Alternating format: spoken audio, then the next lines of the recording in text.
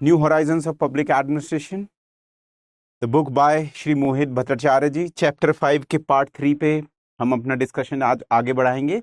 और यहाँ पर जो हम डिस्कशन कर रहे थे उसी को फॉरवर्ड करते हुए ब्यूरोक्रेसी के कैरेक्टरिस्टिक की बात करेंगे।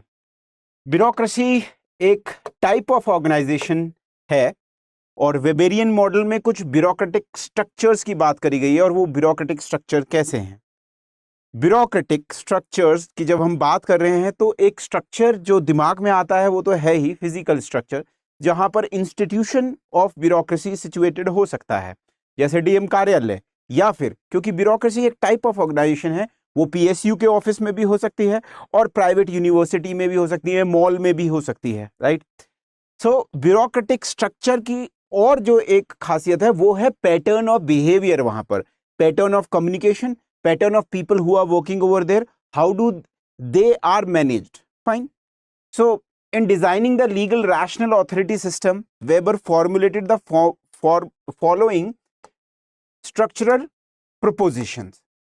So official tasks जो होते हैं continuous basis पे होते हैं और regulated basis पे होते हैं, मतलब कि एक दायरे में होते हैं, continuous होते हैं, day in and day out. So whether it is the structure of a mall, it doesn't stops after 3 days. It is a continuous process, क्योंकि कैपिटलिज्म ऐसा चाहता है। और साथ में या फिर डिस्ट्रिक्ट मैजिस्ट्रेट का कार्यालय हो, वो भी कंटिन्यूअस बेसिस पे होता है। कोई व्यक्ति आ सकता है, जा सकता है, ट्रांसफर हो सकता है, मृत्यु भी हो जाए, कोई फर्क नहीं पड़ता, कोई और आके रीन संभालेगा और आगे चीजों को बढ़ाएगा। ऑफिशियल जो टास्क होते हैं, ऑफिशियल टास्क कंटिन्यूअस बेसिस पे होते हैं, रेगुलेटेड बेसिस पे होते हैं। टास्क को सब डिवाइड करा जाता है फंक्शनली डिस्टिंक्ट स्फीयर में, और हर एक अपनी रिक्विसाइट सैंक्शंस होते हैं, अथॉरिटी होती है। अब इसको आप समझ सकते हैं कि चाहे ओवरऑल किसी पीएसयू को चलाने का कार्य हो, या फिर किसी आईटीसी जैसी कंपनी या रिलायंस जैसी कंपनी या डिस्ट्रिक्ट कार्यालय को चलाने का काम हो, वहां पर लोगों के टास्क डिफाइंड होते हैं। कुछ पुलिस के काम होंगे, कुछ बीडीओ के काम होंगे, कुछ आपके डेवलपमेंट के वर्क होंगे पंचायती राज के थ्रू, तो सीईओ होगा जिला पंचायत में, या फिर डिस्ट्रिक्ट कार्यालय में डिस्ट्रिक्ट मजिस्ट्रेट होंगे, एसडीएम्स होंगे, डीएसपीज होंगे। Offices are arrange in hierarchy. Hierarchy का मतलब यह है कि एक तरफ से कमांड आएगी और उसको इंफॉर्मेशन ऊपर से नीचे आएगी और नीचे से ऊपर अपडेट्स लिए जाएंगे काम के, अकाउंटेबिलिटी भी तय होगी। सो यदि आप भारत के बात करें तो जिला प्रशासन को इसका एक उदाहरण माना जा सकता है। District magistrate, sub divisional officer, tehsildar, naib tehsildar, और उसके नीचे हम बात करें तो कानूनगो और पटवारी तक, ये इस टाइप की हायरार्कीज में ऑफिसेस बटे होते हैं। Official work conducted according to the rules, trained men are necessary. So official work जो भी होगा, अब आप यहां पर अगर मैं बात करूं तो डेप्यूटी एसपी को ले लीजिए, या फिर आप यहां पर एग्रीकल्चर अधिकारी को ले लीजिए डिस्ट्रिक्ट स्तर पे, या बेसिक शिक्षा अधिकारी को ले लीजिए, एक पोस्ट होती है, डिस्ट्रिक्ट मजिस्ट्रेट को ले लीजिए। यहां पर टेक्निकल और लीगल रूल्स की आवश्यकता होगी, legal rules and technical rules, ठीक है। आपको अकॉर्डिंग टू लीगल प्रोपोजिशन काम करना ही पड़ेगा। यदि आप डिस्ट्रिक्ट मजिस्ट्रेट हैं भी तो भी आपको बहुत सारे नियम कानून मानने पड़ेंगे। टेक्निकली भी आपके साथ जो स्पेशलिस्ट व्यक्ति होंगे वो जुड़े हुए होंगे, चाहे वो आपके मेडिकल स्टाफ हो, सीएमओ के तर्ज पे काम करने वाला, या फिर वेटनरी ऑफिसर हो, राइट। सो आप एज अ लीडर, और पूरी की पूरी bureaucracy as a leader technical और लीगल प्रिंसिपल्स पे काम करती है। इसीलिए यहां पर ट्रेन्ड मैन जरूरी हैं। तो लीगल रैशनल ऑथोरिटी की जब बात होती है तो ट्रेन्ड मैन चाहिए, मतलब जिनको इन नियमों को लगाने का अनुभव हो और साथ में ट्रेनिंग करके आए हो। इसी वजह से आपकी ट्रेनिंग होती है जब मसूरी में फाउंडेशनल कोर्स करने जाते हैं या अन्य एकेडमीज में जाते हैं। ऑर्गेनाइजेशंस का रिसोर्स बिल्कुल डिफरेंट है प्राइवेट इंडिविजुअल से। सो प्राइवेट इंडिविजुअल से ये अपेक्षा नहीं करी जाती है कि दे विल ब्रिंग, चंदा इकट्ठा करके लाएंगे एंड वर्क में देंगे, नहीं। गवर्नमेंट है, ट्रेजरी से पैसा, ट्रेजरी में पैसा जाएगा, एप्रोप्रिएशन होगा, कंसोलिडेशन फंड ऑफ इंडिया से पैसा आएगा, ग्रांट्स मिलेंगी मिनिस्ट्रीज को, डिपार्टमेंट्स को, स्टेट्स को, पैसा रेवेन्यू आपका रिकमेंडेशन होगा, फाइनेंस कमीशन से पैसा आएगा, उसके लिए अलग बजटरी एलोकेशंस हैं, राइट। और वो पैसा, बजटरी एलोकेशंस का पैसा आपका अपना पैसा नहीं है। Holder of office can not appropriate the office. Appropriation, किसी भी चीज को कहीं जमा राशि को निकाल लेना है, जैसे अप्रोप्रिएशन एक्ट पास किया जाता है कंसोलिडेशन फंड ऑफ इंडिया से पैसे निकालने के लिए, ऐसे ही जो ऑफिस है वो सेपरेट है, आपका अपना ऑफिस नहीं है, वहां की टेबल चेयर कंप्यूटर आप घर ना ले जाएं, राइट। एडमिनिस्ट्रेशन, एडमिनिस्ट्रेशन का जो कार्य होता है लगातार चलता रहता है, रिटन डॉक्यूमेंट्स के थ्रू होता है या फाइल्स के थ्रू होता है, और office hub of modern organization हो जाता है। सो यहां पर बहुत सारे कार्य एक जगह स्थित हो जाते हैं, कम्युनिकेशन हो रहा है, चेन ऑफ कमांड चल रही है, आदेश दिए जा रहे हैं, उसके रिटर्न्स आ रहे हैं, पूछा जा रहा है क्या कार्रवाई हुई, क्यों नहीं हुई, और उसको कैसे सुचारू ढंग से किया जा सकता है। Legal authority system can take many forms but are seen as their purest in bureaucratic administrative staff. जहां पर भी लीगल आधार पे, लॉ के आधार पे कार्य हो रहा है, वहां पर कई तरीके की ऑर्गेनाइजेशन हो सकती है, एनजीओ भी हो सकता है, वो भी लीगल एंटिटी के थ्रू काम कर रहा है, पर सबसे ज्यादा जो manifestation of as a legal authority हो रहा है वो ब्यूरोक्रेटिक एडमिनिस्ट्रेटिव स्टाफ के संदर्भ में हो रहा है, राइट, जो मैनेजमेंट कर रहे हैं, टू एडमिनिस्टर, राइट, वहां पर हो रहा है। प्राइवेट एंटिटी में भी ये देखने को मिल सकता है, पब्लिक एंटिटी में भी देखने को मिल सकता है। Now defining characteristic of the bureaucracy in its most rational form were identified as follows. So क्या कैरेक्टर विशेषताएं हैं एडमिनिस्ट्रेशन का जो स्टाफ है, charge discharge of only the impersonal duty, they are personally free. तो यहां पर कोई भी जो कार्य हो रहा है वो इम्पर्सनल कैरेक्टरिस्टिक का है, इम्पर्सनल ड्यूटी।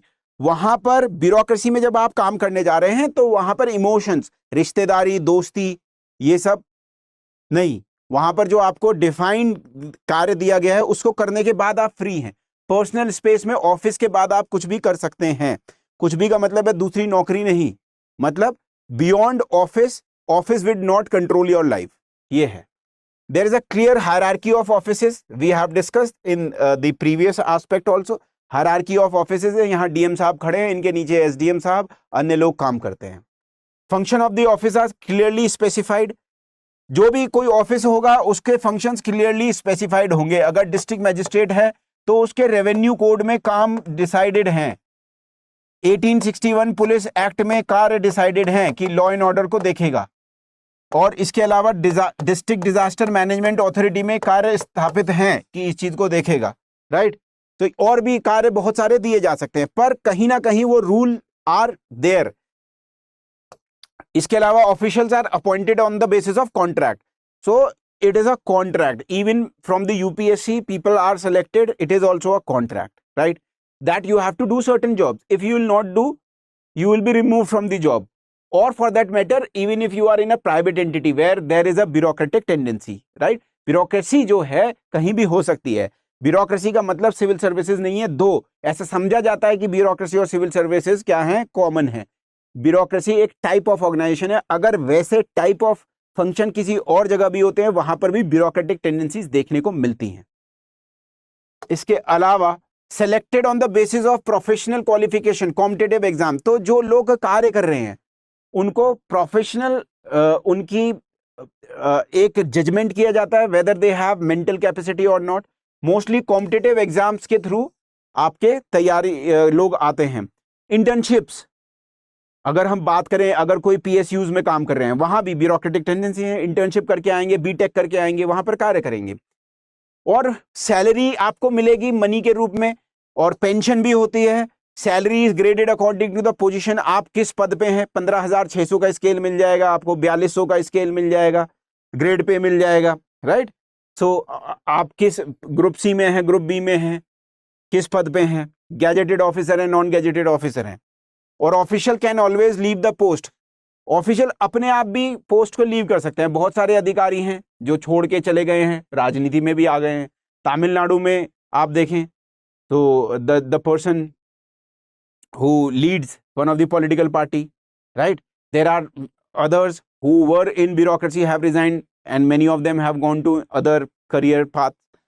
टर्मिनेट भी किया जा सकता है, डिसमिसल भी किया जा सकता है सर्विस से। यहां पर देखिए, jail IPS officer Manilal Patidar dismissed from service, UP police का उदाहरण एक देखने को मिल रहा है।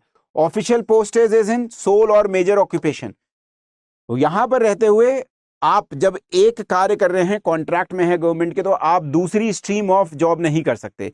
You can not earn money from elsewhere, right? So that would be a breach of contract. So you have to work for the government also, government only. There is a career structure and promotion is possible both by seniority और merit. Bharat में भी ऐसा है, seniority और merit mix principles के आधार पर promotion होता है, राइट? जैसे एक जगह से. तो एसीआर एनुअल कॉन्फिडेंशियल रिपोर्ट भी है, वो डिफाइन करती है कि आपके इंटरव्यू के समय, यदि आप डीएसपी हैं और आईपीएस में जा रहे हैं, तो इंटरव्यू के समय आपकी मेरिट डिसाइड करी जाएगी. आपने कितनी ट्रेनिंग करी, कितनी पुलिस की ट्रेनिंग करी, कितनी आपने ड्यूटीज ऐसी करी जहां पर आपको उसके लिए नंबर हो सकता है. Whether you are masters, bachelors और डॉक्टरेट, इसके भी नंबर मिलते हैं जब प्रमोशन होता है. इंटरनल एग्जाम भी क्लियर करने पड़ते हैं बहुत सारे. अगर आप जैसे यदि आप ब्यूरोक्रेसी में जाएंगे और स्टेट लेवल की ब्यूरोक्रेसी में जाएंगे, तो आपको रेवेन्यू एडमिनिस्ट्रेशन का एक पेपर होगा, स्टैम्प एक्ट का एक पेपर होगा.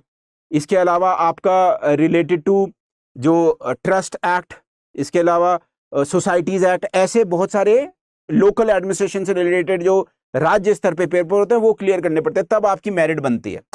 तो ऑफिशियल में appropriate neither the post nor the resources that go with it. तो और ये जो फीचर्स हम डिस्कस कर रहे हैं, ये मार्टिन एल्ब्रो ने फीचर्स बोले हैं कि ऐसी ब्यूरोक्रेसी दिखती है. किसकी? वेबर की ब्यूरोक्रेसी. ये इनके द्वारा बताए गए आपके फीचर्स हैं. सो ऑफिशियल में अप्रोप्रिएट ना तो पोस्ट को और ना ही रिसोर्सेस को जो होते हैं वो उनके प्राइवेट नहीं होते हैं. जब आपका ट्रांसफर हो गया एक जगह से दूसरी जगह, तो अब आप किसी एक जगह के एसडीएम या डीएम नहीं रहे, दूसरी जगह चले गए हैं, तो आप ये कह के नहीं कि ट्रांसफर हो चुका है वहीं पर जमे रहेंगे, ऐसा नहीं होता. और ना ही रिसोर्सेज को अपने साथ ले जाएंगे. गाड़ी वहीं रह जाएगी, कहीं और जाके मिलेगी. नौकरी से निकाल दिए गए हैं तो वो भी नहीं मिलेगी. Subjected to unified control and disciplinary system. तो एक जो सबके लिए लागू होगा वैसा ही आपके लिए भी कोड लागू होगा. आपके ऊपर जो ऑल इंडिया सर्विसेज रूल के तहत कार्रवाई होगी यदि आप या कोई और जो प्रिंसिपल्स हैं उनको निगेट करेंगे, उनके बियॉन्ड जाएंगे. सो दीज 10 फीचर्स जो हमने बात करी, as Martin Albrow puts it, constituted Max Weber ideal, pure and most rational type of bureaucracy. तो यहां पर आपको देखने को मिल रहे हैं मार्टिन एल्ब्रो, ये ब्रिटिश सोशोलॉजिस्ट है. ज्यादातर ब्यूरोक्रेसी पे जो काम हुआ है वो सोशोलॉजिस्ट ने किया है, राइट? और क्योंकि पब्लिक एडमिनिस्ट्रेशन जो है वो बहुत ही नया डिसिप्लिन है. जब हम वेबर की बात करते हैं तो वो भी सोशोलॉजिस्ट थे और उन्होंने सोसाइटी के आधार पे देखा कि ब्यूरोक्रेसी भी कुछ है, राइट? और क्रिटिसिज्म, जो मैक्स वेबर का भी क्रिटिसिज्म लोगों ने किया है, वो भी आपको देखने को मिलेगा, वो सारे ही सोशोलॉजिस्ट रहे हैं. सो आगे हम बात करें तो वेबेरियन फॉर्मुलेशन में वैल्यू न्यूट्रल एस्पेक्ट को बताया गया है. वैल्यू न्यूट्रल का मतलब है कि रूल बेस्ड है, ऑब्जेक्टिविटी है, सब्जेक्टिविटी का अभाव है, राइट? और simply provides conceptualization of form of social organization with certain characteristic. कि सोशल ऑर्गेनाइजेशन है एक, वहां के लोग काम करते हैं, उसमें पावर भी है, ऑथोरिटी भी है, लेजिटिमेसी भी है, कुछ कम्युनिकेशन भी है. अब उसके क्या कैरेक्टरिस्टिक हैं और जब बात करी गई है तो 3 तरीके से इसको एग्जामिन किया जा सकता है. और इसमें फर्स्टली क्या है कि ब्यूरोक्रेसी जो है स्ट्रक्चरल आधार पे देखा जाए कि वहां पर कैसे कार्य का विभाजन हो रहा है, हायरार्की कैसी है, कौन किसको ऑर्डर दे रहा है, अगर इस आधार पे देखा जाए तो. सो प्योरली स्ट्रक्चरल कैरेक्टरिस्टिक के आधार पे देखा जाए तो features like division of work है, हायरार्की है, has been identified, most important division of work और हायरार्की. हायरार्की तो आप समझ गए जो मैंने डिस्ट्रिक्ट मजिस्ट्रेट का बताया, या फिर आप आईपीएस अधिकारी अगर जिला स्तर से लेके आईपीएस देख लीजिए, डीएसपी देख लीजिए, इंस्पेक्टर देख लीजिए, सब इंस्पेक्टर देख लीजिए, और जिसको हम दीवानजी कहते हैं, हेड कांस्टेबल, वो देख लीजिए, फिर कांस्टेबल देख लीजिए, राइट? ये हो गया. और यहां पर हम जब बात कर रहे हैं डिवीजन ऑफ वर्क की, सो हर एक व्यक्ति अपना एक कार्य करेगा. ये डिस्ट्रिक्ट है, एसडीएम है यहां पर 1, एसडीएम 2, एसडीएम 3, एसडीएम 4, ये अपने अपने कार्य क्षेत्रों में कार्य कर रहे हैं. लखनऊ में बैठे हैं तो एसडीएम सदर होगा, फिर और जो ग्रामीण इलाके हैं वहां की जो तहसीलें हैं वो होंगी, राइट। या डिस्ट्रिक्ट मजिस्ट्रेट, अगर इसी को डिस्ट्रिक्ट मजिस्ट्रेट के ऊपर कर लें तो 75 आपको जिले देखने को मिलते हैं उत्तर प्रदेश में, वहां के अलग अलग डीएम होंगे। डीएम एक जगह के दूसरी जगह पुलिस की वर्दी पहन के नहीं जा सकते। सो यहां पर हमें क्या देखने को मिल रहा है, टोटल डिवीजन ऑफ वर्क है। So everybody, each workers has a specific task. यही कुछ बात आपने जो बात करी साइंटिफिक मैनेजमेंट एफडब्ल्यू टेलर से भी निकल के आ रही है। यहां पर देखिए डिवीजन ऑफ वर्क है, एक व्यक्ति क्या कर रहा है, सामान को उठा रहा है, कुछ काम कर रहा है, ये कारपेंट्री का काम कर रहा है, he is carrying some work, he is right, he is carrying luggage, he is doing some other work, plumbing, something, right? So every division of labor, every other person has specified roles. RTO would be looking for road transport aspect. RTO would not do the work of BDO. Secondly, bureaucracy defined in terms of behavioral characteristic. अब behavioral aspect क्या है, right? So behavior से आ रहा है, कैसे लोग एक जगह पे जाके उनकी पर्सनल एस्पेक्ट में भी देखते हैं, right? तो यहां पर अगर हम देखें, to quote Weber, when fully developed, bureaucracy also stand in specific sense under the principle of sine ira ac studio. मतलब अब आप जब डिस्ट्रिक्ट मजिस्ट्रेट हैं या आईपीएस अधिकारी हैं, अभी नूहू में वायलेंस हुआ, मेवात आप जानते हैं, हरियाणा, राइट, वायलेंस हुआ। आप XYZ धर्म के हो सकते हैं, पर वहां जाके आपको विदाउट एंगर इन पैशन, ये एग्जैक्ट जो कोट है, सिने इरा एक्स स्टूडियो, this is a Latin quote and one of the person from Roman Empire said it, that is the characteristic which should be behavior of a expected behavior of a bureaucrat. So without anger and passion, your personal aspect should be kept behind. Its specific nature capitalism के द्वारा बहुत attract किया जाता है। सो develops, और जितना ज्यादा bureaucracy objectivity पे रहेगी, बिना पैशन के और बिना किसी एंगर के काम करेगी, उतना कैपिटलिज्म को भी फायदा होगा, सरकार को भी फायदा होगा।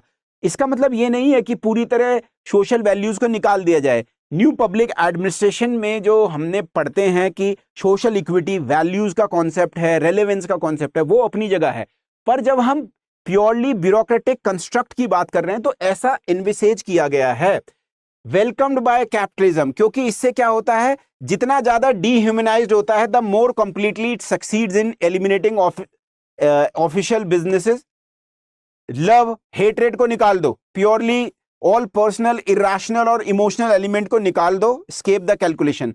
This is the specific nature of bureaucracy and its special virtue. So when you will not act according to any love, any hate, any personal biases, you will be objective. And the capitalist system also wants that they want a body of officials who work only on consideration of rules of the written rules. उससे क्या फायदा होता है? उससे ये फायदा होता है कि आप प्रेडिक्ट कर सकते हैं कि आने वाले 5 साल में, 3 साल में क्या होने वाला है, मेरी बिजनेस कैसे बढ़ेगी। या ब्यूरोक्रेसी में भी प्रेडिक्शन हो सकते हैं। जहां पर भी सब्जेक्टिविटी रहेगी, जहां पर भी एंगर और पैशंस होंगे, अब ये सब्जेक्टिव है, किसको कितना एंगर आ जाए, कितना पैशन हो जाए, कितना बह जाए इमोशन में, उससे क्या होगा, प्रेडिक्टेबिलिटी नहीं रहेगी। इसीलिए कैपिटलिज्म भी क्या करती है, ऐसे बिहेवियरल एस्पेक्ट को वेलकम करती है, और ये बिहेवियरल एस्पेक्ट अच्छा माना जाता है ब्यूरोक्रेटिक क्रिएशन में, जो क्योंकि वेबर बना रहे हैं। ये आइडियल कंस्ट्रक्ट है। आइडियल का मतलब दिमाग में ऐसा सोचा जा रहा है कि इस टाइप की ब्यूरोक्रेसी हो। वास्तव में ग्राउंड पे ऐसा होता है नहीं, 100% नहीं हो सकता, पर एक्सपेक्ट किया जाता है। जैसे मैंने नूहू का वायलेंस बताया, तो एसएसपी पुलिस जा रही है, गिरफ्तार कर रही है, जो काउ विजिलेंटे थे उनको भी पकड़ लिया, जिन्होंने पत्थरबाजी करी उनको भी पकड़ लिया, एफआईआर दर्ज हो गई है, इन्वेस्टिगेशन होगी, चार्जशीट होगी, जेल जाएंगे।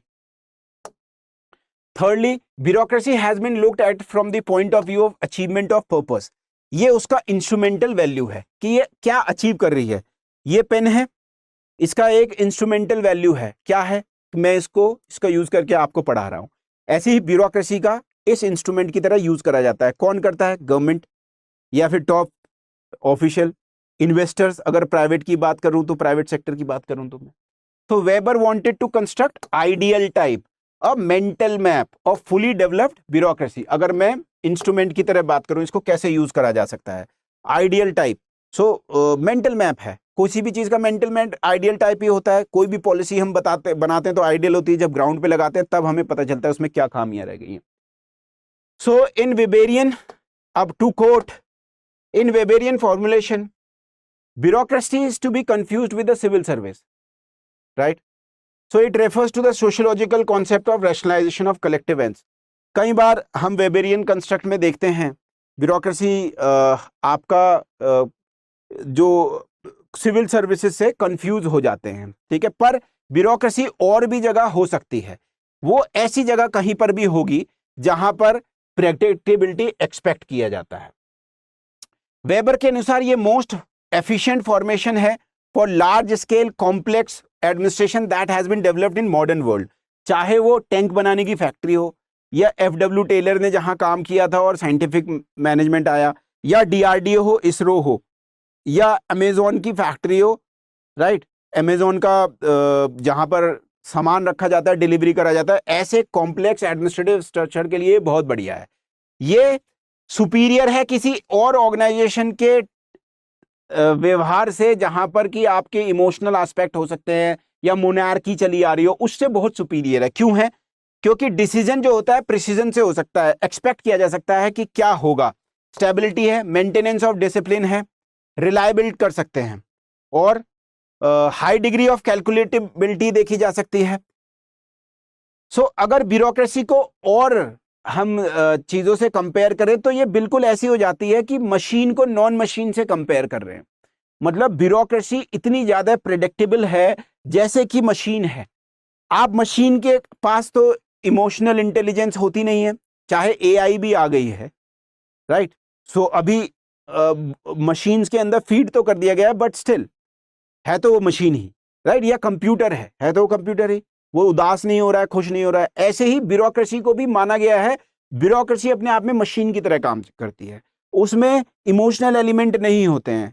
इसीलिए उस जो भी मशीन होगी उसको प्रेडिक्ट कर सकते हैं हम।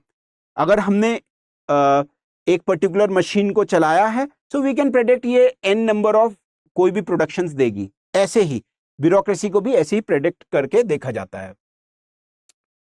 और हम बात करें और कैरेक्टरिस्टिक क्या है ब्यूरोक्रेसी की, तो ग्रोथ ऑफ कैपिटलिज्म ने क्या किया है, फैसिलिटेट किया है birth and development of bureaucracy. जैसा कि वेबर कोट कर रहे हैं, to quote, today it is primarily capitalist market economy. और कैपिटलिस्ट मार्केट इकोनॉमी में आपको चाहिए प्रेडिक्टेबिलिटी, क्योंकि जिसने पैसा लगाया हुआ है ही वांट्स रिटर्न। उसके लिए ये बहुत जरूरी है कि official business of administration is discharge precisely, unambiguously. जो लॉज हैं आपको पता है, मैंने इन्वेस्टमेंट किया है, इतना मुझे रिटर्न मिलना चाहिए। कॉन्टिन्यूसली 4 दिन आपका काम बंद हो गया तो दिक्कत हो जाएगी। And with much speed as possible, जितना आप स्पीड से काम करेंगे, इन्वेस्टमेंट जो आपका प्लांट में है या ऑफिस के इंफ्रास्ट्रक्चर में है, आपको रिटर्न्स बेहतर मिल सकेंगे, क्योंकि आप रिटर्न ऑन इन्वेस्टमेंट पे ही सारी चीजों को देख रहे हैं। So major technical advantage of bureaucratic organisation according to Weber is कि ब्यूरोक्रेटिक जो ऑर्गेनाइजेशन है वो कुछ ऑफर करती है, वो स्पेशल ऑफर है। क्या है वो स्पेशल ऑफर जो और ऑर्गेनाइजेशंस नहीं कर पा रही हैं, कि carrying out through the principle of special administrative function according to purely objective considerations. वहां सब्जेक्टिविटी नहीं है, ऑब्जेक्टिविटी है, मतलब इनपुट आउटपुट, ठीक है।